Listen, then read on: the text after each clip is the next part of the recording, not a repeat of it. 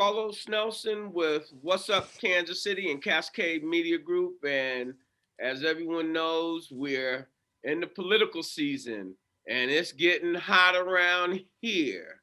And we've got a guest that is running for prosecutor. Yes. And we would like to introduce her. Who do we have here? We have Tracey Chappell, who's running for the Jackson County Prosecutor's Office. Hey, Tracey, you know the Yes. drill. Tell our audience a little bit about yourself. Well, Carlos, before we start recording, we talked about where I came from, even starting back from kindergarten. Well, to be honest with you, I never went to kindergarten. I did not. So I couldn't start from there. Yeah, I jumped kindergarten. All right. And I went directly to first grade. I didn't grow up in Kansas City. I was born and raised in Alabama, more specifically a small town. And for my formative years, it was Montevallo, Alabama. And then I later moved to Alabaster, Alabama. But Carlos, I have known since the age of 7 years old that I was going to be a lawyer. I knew that. It's almost like God just put it in my spirit that is what I was going to do. So I knew that. I never deviated from it. What high school as a young, did you go to? I went to Thompson High School in Alabaster, Alabama. All right. What was the racial makeup there? Probably about 35% African American and then 65% white. Yes. All right. What kind of student was you, or did you play sports? Okay, I'm going to tell you this. My husband says it's not a sport. I was a cheerleader the whole time. Cheerleading is a sport. I don't care what they say. You don't have to tell me what all the industries and things that you have to. Your body got to be strong if you really into it. Absolutely. So what was that? What was that like being in a predominantly majority situation and going to that type of school? What did you come away from that from a social aspect? I think in Alabama, it's a little bit different than it is here. It's a lot of integration of Blacks and whites. You live amongst each other, you go to school together. If there's an issue, they tell you up front, I don't like you. So you really know up front what to expect. I think walking away from that, you just know how to deal with a variety of different people. You're not secluded to say, oh, I can only deal with Black people, or I can only deal with a certain group of people. You learn to deal with all kinds of people, and you learn to be okay with that. You learn to deal with how America was formed. All Absolutely. Different races, colors, religions, and what have you. So how did that help you in let's move on to what college did you go to? I went to Jacksonville State University. That is in Anniston, was Jacksonville, Alabama, but close to Anniston, Alabama. I went there. My major was political science with a minor in history, and I graduated in 3 years. And Carlos, the reason that I graduated in 3 years is because I knew I had more schooling. And I was like, look, let me just get it out the way. I can't play around. Who influenced you in those 3 years as a professor or someone who motivated you to get in politics? You said you always want to be in politics, but you always have people that are really uplifting you. Name some of the people that if there were some people that helped motivate you to go to the next level. 3 years took me 5 to get out. No, Carlos, listen to this. Now I want you to hear me and hear me well. The program is brought to you by the Kansas City Business Association. When we talk about influences, it wasn't so much that college or anyone there that influenced me. It was my lifestyle growing up that influenced me. My parents, my grandparents. Growing up, it wasn't easy for us. I mean, we grew up in a small trailer. It was 6 brothers and sisters in all, but 4 with my mom and dad. And then obviously my parents were divorced, and then he had 2 other kids. But it was hard growing up. I mean, like I told you, I just did Thaler Cherry. She had 8 brothers and sisters, and she was the youngest. Where did you? No, I was the third from the oldest. So I kind of was directly in the middle. But, I mean, you're in a trailer, it's holes in the floor. I mean, my mom didn't have. And so for me, it was just going to school, not having the right clothes, not having your hair done, not having things that all your other peers had. And I would look at people and say, one of these days, I won't be like this always. And so in knowing that I wanted to be a lawyer, I just started tracking, even as a kid, how to get to where I needed to be. And it wasn't, like I said before, it wasn't so much college and the professors trying to encourage me. It was that hard upbringing that I had and me knowing that I didn't want to be like that the rest of my life. So you really are a self-starter, self-motivator. It doesn't take much to get your engine revved up. You just, hey, Carlos, all you do is go like this. Look at my past. Oh, Lord. Let me get busy.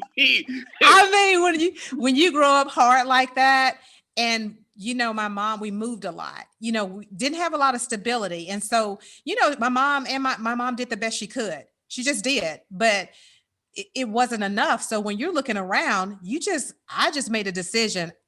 This is not for me. We talk about being poor, but my husband was like, no, y'all were just poor, take your OR off. Ollie, after this, I gotta get with you so I can beat you. Because I always say that people, we be having a conversation. I'll be like, man, you just poor, boy. Yes. And so going to college right out of high school, it was not an option for me because I felt like you got to keep moving and you have to do something different than what you saw your mom do. Well, Click. Okay? I'm using Click and I'm interrupting you because I'm really interested in what was your social circle? Did you have a large social circle? Did you have small coming out of high school and going into college? I pretty much had a large social circle. I mean, I talked to everybody. I was just that person. I'm going to talk to everybody. I'm going to be friends with everybody. But you always have your little social clique that you deal with. What about it was college? I did the same thing in college. I met a lot of people. But then you got to be careful. Just be, you got to start being careful because in college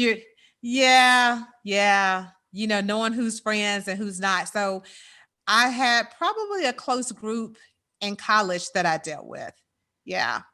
Probably the first year. They all on the same trajectory. I find in politics, you have so many lawyers. Mm-hmm. Was your circle somewhat with legal people that were going in your same direction, or what? Your close circle, I'm saying. Your power circle. My power circle were my friends who like to go out and have fun. All so right. It wasn't about the from profession. A professional standpoint. We all like to. Well, when I was young, I liked to go out, but. Yes, but it wasn't that. They didn't have the same goals that I had. As a matter of fact, when I got to college, those who were already there before me, they still graduated after me. I had a plan. I'm telling you, when I got there. Tell me this. How do you think your college peers perceive you? They told me, you are a go-getter. And when you have something in mind, you go make it happen. And I told them, from the onset, I got things to do. Even when they wanted to party and things like that, I would go along with them. However, I would take a nap. Cut off time. Gotta get to business. Yeah, I would take a nap first. Then I go to the library and I would study what I needed to study. And then I would go hang out with them. They were doing the opposite. Your financial position, when y'all are trying to go be lawyers, I don't know, I was interviewing somebody yesterday and they were saying that they were, girl out of Notre Dame, and she's in law, saying that $80,000 and a year for the law school there, and it was $60,000. She was racked with debt. How do you talk about that? Coming from no money, and she was saying how that when she got to Notre Dame, them families, they would write a $70,000 check for the tuition, and it was nothing. Coming from a background like her, she was Hispanic, and you coming as a Black woman from that, what put some emotion or put a face on. How did you feel? You know, you see these Christmas movies and you see these movies of the situation that you come from, and then they I can't imagine how you was dealing with that. I mean, here's what I will tell you. Coming from undergrad, I mean, obviously my parents didn't have it. So you're taking out student loans and, you know, Pell Grants and things like that, just to be able to go to college. You got to do what you need to do at that time, because you know what the end goal is going to be. So even in going to, because I moved here and went to college at UMKC for law school, and they gave me in-state tuition, which was a godsend. You know, but I didn't have no money. I was just gonna put it out there. I did not have the money, and my parents could not write a check at all. So when they couldn't write a check at all, couldn't write a check at all. So there's no need of asking.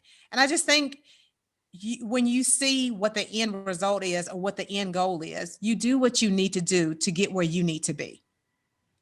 And it's hard. I'm just going to be honest with you. It's hard because then you're saddled with the student loans after the fact, and not knowing if you have the big job or you're going to make all this big money.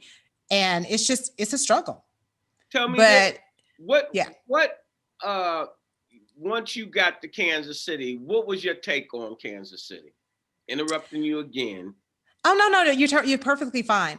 Carlos, I started coming to Kansas City before I moved here. The reason that I did move here is when I was in college, I met a guy at Fort McClellan, which was a military base about 10 minutes from my college.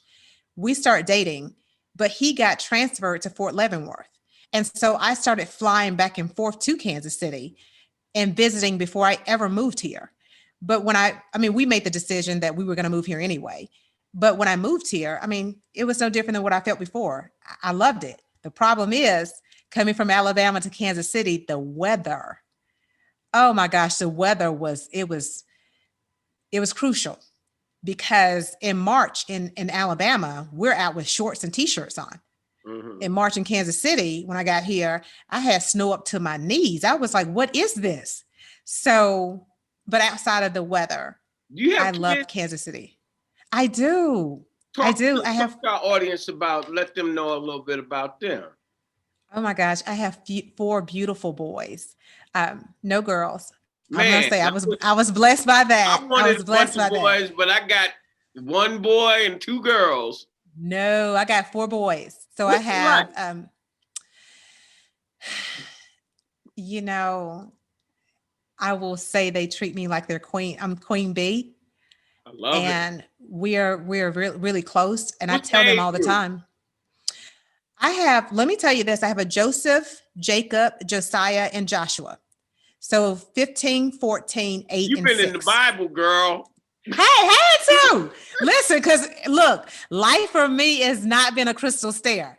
It's been rough. And so I know who my source is. But yeah, so I have 15, 14, 8, and 6. All right. What's that 15-year-old up to? Oh my gosh, girls at this time, girls. But he's, listen, I am on him. I always tell all of them that I get to pick their wives. They didn't know that, but because you got to manipulate them when they're young. But girls, and all of them are in sports. So what does he do? The 15-year-old, he does baseball, basketball, and football. So he's the quarterback. We have a sports network. We have really? The one high school sports network here in the Midwest, really. Really? We have over 4,000 interviews and games. Later on today, I'll be interviewing Central's football team coach and a couple of players. Go to Cascade. Hold on for a second. No. Now I'm interrupting you. You said Central or Center? This is brought to you by Willard's Book and Vinyl. Central. Oh, we got center also. My 15-year-old, he's the quarterback for center. Right. Hold it. Hey, when I Yes. finish this interview, we're gonna be calling over there to center. Get this interview lined up. Get my baby's interview lined up. Yes. Yes. All right. So, did you find Kansas City had the nice cost of living here? What are some of the other changes that you liked besides the weather? I'm from the East Coast. I'm used to that weather. The cost of living was really comparable to that of Alabama. It wasn't a shocker when I came here. I loved that there were a lot of things to do here in Kansas City. I'm from a small town, so everything was, it's kind of secluded there. I like the fact that we have a professional football team and a professional baseball team. That was awesome, because it gave me somewhere to take my parents when they came to visit. I just like interacting with all types of people. Do you think Kansas City, in your social circles and business circles, have accepted you and received you well? I think so. Being that, honestly, Carlos, when I came here for law school, and because I stayed, I already had those contacts for the students that were in law school with me. So you had that, and then I started working here, and so that expanded. And so it's been really good. Kansas City has been good to me. It really has. Good to me, because I know, New York rat race. Trying to raise a family. I was married 30 years. My kids are grown, but I know I don't think I could have done it, even with my drive in New York City. You get a daggone law about the size of your bathroom, that's 2,500. Oh my gosh. Yeah. I went back home, and the projects, they done turned the projects into the co-ops, and all the Black people that were in the projects are not there no more. Harlem, I go to 125th Street, where really my high school days in the 60s, Apollo, all of that. Yeah. Got Walmarts and all. I don't even recognize the situation. And that's why I was asking you about coming to Kansas City. It's a very, I think, family-orientated town. It's changing, but now I'm going to shift gears, because what you're running for as prosecutor, and we have these overwhelming homicides per capita. Let's talk about what really motivated you to want to run for this. So I wouldn't want to run for dog catcher. It's just too much. I'm saying it's so we're so ungrateful, and I'm saying, and it can you risk your family and everything when you go for to try to serve. So talk about that, because that's what this is really about. But I wanted my audience to know you, the human being. Yeah. Not you, the lawyer, you, the politician, or the new sheriff in town, but you as Tracey, human being, coming from your situation, and you aspire to move to that next level. Yeah. And I think you want their support. So absolutely. Carlos, I didn't aspire to be in politics. I did not. I'm a criminal defense attorney, and I'm the prosecutor in the city of Blue Springs. But my whole world changed when I had a case that I felt was so transformative. My gosh, it was just transformative for me. Now, I had dealt with the prosecutor's office because I am a criminal defense attorney. I had dealt with them in hiding evidence, not turning over evidence. I had dealt with them not producing the witness. So we fight with that. And I just kind of let it go by the wayside. But I had a case that was so bad, and that I had to step back, and the scales just came off of my eyes so I could see them for who they really were, and what the power of the prosecutor's office really was. I had a gentleman who was accused of child abuse. I'm looking at this and saying, what is this? I know he didn't do it. We had one detective that said, there's not enough here. Don't think he did it. The kid has some mental health issues. We're going to let this go. But a prosecutor came along and she couldn't have the first detective really charge the guy, work with charging that guy with a crime. So she went and got another detective and told that detective what to write in a probable cause statement. And she and I both knew, as well as the new detective, that new detective had never even investigated these facts, never gone to the house, never talked to the kid, never talked to the parents, never did anything, never saw his mental health records. And so I was like, oh my gosh, but the detective wrote it anyway. And the prosecutor used that to file a complaint against my client and then charge him with the crime of child abuse. Now, the thing that got me, now that was sickening enough, but the case went before the grand jury, before before the prosecutor drew up the charges. I started questioning, wait a minute, who testified at the grand jury? If the one detective has already said there's nothing here, then you have the prosecutor pressuring a new detective to say, hey, this guy did all these things to this kid, but she never investigated it. Who testified? And if the one detective testified who lied, then it's all false anyway. We couldn't get that information. They didn't want to turn over transcripts. They wanted to hide witnesses. They didn't want to allow the young man's mental health records to come in. I'm looking at this. I sent this information to the current prosecutor because in my previous job, I had to give her legal advice. So I felt like we had a rapport where I could call her and say, hey, we need to look at this case. There's a lot of things wrong with it, and it's prosecutorial misconduct. She did. She looked at it. I sent her all the transcripts, all the evidence, everything. She did absolutely nothing. And I had to watch that father go to prison for something I knew he did not do.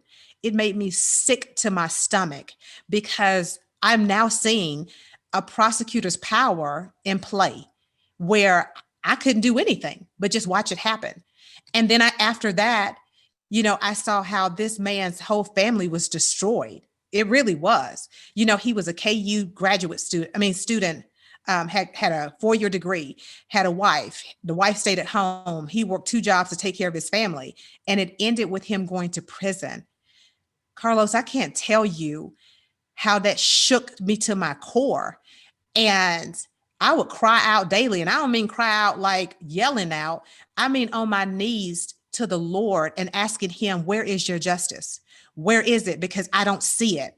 And literally crying every day because I was like, this man went to prison for nothing. But you see this every day. I'm so busy, but the latest shooting, I don't know, I seen the lawyer and the family, but this guy, if I got it halfway right, we had some mental issues. Mm-hmm. A lot of these things with these mental, and these prosecutors don't do crap about don't do anything. admonishing or I want to say chastising or with these officers. And this is me. And let me say this. My late brother-in-law, Leon Harden, was on the crime commission here.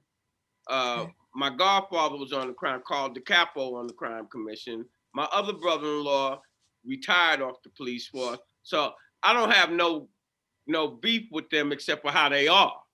So, Sure. because Sure. I got family.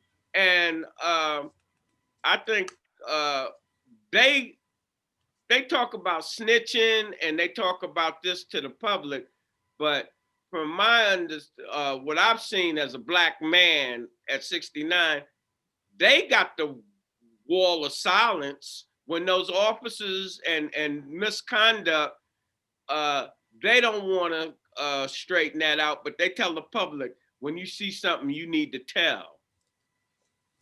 And so I get it. if the prosecutor, and I'm not one way or another, because I don't know Gene Peters Baker, but I know Sure. Tommy Simmons and Me too. Tommy. I'm saying, I'm like, Tommy, man, did this lady lock you up or something? Because he has been on her for years, and Yeah. some other people. And I know Tommy is a stand-up guy, and I'm wondering why. And he produces documents. See, you might he Absolutely. produces documents showing, but the Yes. public is so asleep Yes. Yes. that they just gone with the flow. And that was one of the major reasons, because you know, I had you on the show because I think that the public needs to really take a second look at not just the overall elections and where you place your votes and who these people are and what they do for you and your community. And I'm not just talking about you, I'm saying in general, like everybody needs to vote, but from Cascade Media's point of view and Carlos Nelson specifically, you need to know who you voting for. That's right. And you need to know their history. And you need to know whether they have really any integrity, especially at this juncture in time with people putting money before and economics before they're putting people. That's right. And That's our right. people, I might say to my audience, we like tuna. They canning us and putting us in these jails that are filled to the rafters and they're for profit. And we definitely have to be discerning about who we give the levels of power as it relates to prosecuting individuals in our community. I leave off with that. What would you have to say in closing, Tracey, that you want our audience to know? What you when I first got with you when we got online, you were saying like you're on the fast track or something. Everything is building to a crescendo right now. Yeah. What do you want to say to our audience as it relates to why they should vote for you? I want to tell them right now to not be fooled, even by the radio advertisement that they're hearing, even from my opponent. This person has said that they have prosecuted, police officers for the last year and a half or 2 years. She has been in the office for the last 9 years. What have you done for the last, even if I gave you 2 years, what have you done for the 7 years? And I will tell you what she's done is absolutely nothing. She doesn't have a relationship with the community. She's not prosecuted the cases that she needs to prosecute. Crime, as a matter of fact, we're at 155, 156 bodies laying at the prosecutor's feet right now, and they are not being prosecuted. Property crimes, which is the thefts of vehicles or burglaries, they're not being prosecuted. Kansas City, we have to do better. We need a prosecutor who is first of all, somebody that we can trust, that we can connect with, a prosecutor who's not afraid to come into our communities, who's not afraid to actually serve the people that she's appointed to serve. You can't be afraid of the individuals, whether it's in the urban core or wherever. You cannot be afraid of them. You're going to have to engage these constituents and learn what's going on with them so that we can let them know what resources are available to them. And to have a witness protection program, a real one, not just when the witness or the victim, they testify in court and then the prosecutor, like she's normally done, and said, bye-bye, see you later, we're done with you. That won't work. You'll have another case because you're going to have another murder. Who wants to testify? Nobody's going to testify to that, Carlos. So under my leadership, it has to be a witness protection program that goes beyond them testifying to provide them housing. So after the testimony, we still have a place for you to be, so you don't have to be scared. And that reward program. Yes, absolutely. Absolutely. I just had Rick Smith on about a month ago, Sure. And as I told you, my brother-in-law was on that crime commission. It doesn't make sense and I think I have one of them state reps. Did they have? I think I had Sharp on talking about you got to be giving some people some money when you asking them to risk their life to say that the person already done proved they don't have a problem pulling the trigger or stabbing you or what have you. And you think I'm supposed to come up and say, oh, it was him and he's next door? Please. Right. You're not going to do it. You're not going to do it. I'm just being honest. You're not going to do it. And anybody who thinks that, people are just going to come forward and tell what happened without giving them something. And I don't mean monetary things, but giving them some protection. If you think it's going to happen without that, you are sadly mistaken. You got to protect these people. Well, I'm going to close out and I'm going to wish you the best of luck in your pursuit for this position. And as we say here at Cascade Media Group, when you invest in your community, you're really just investing in yourself. Good night. That's right.